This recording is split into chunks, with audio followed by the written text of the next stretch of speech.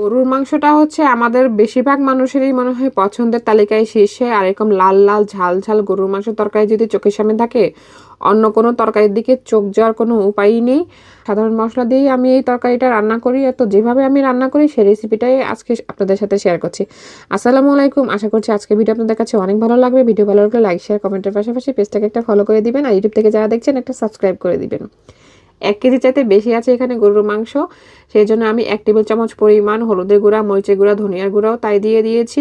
লবণ স্বাদ মতো, রসুন বাটা আছে 1 টেবিল চামচ পরিমাণ, আর আদা বাটা হচ্ছে 2 টেবিল চামচ পরিমাণ দিয়ে দিয়েছি। আর আদা বাটাটা আমি একটু গরুর মাংসের ভিতরে বেশি খেতেই পছন্দ করি। আর তেলটা হচ্ছে যার যার পছন্দ অনুযায়ী, তেলটা একটু কম খাওয়াই ভালো। তো অল্প পরিমাণ তেলে আমি দিয়ে দিয়েছি, কারণ মাংস থেকেও বেশ অনেকটা পরিমাণ তেলে উঠে আসবে।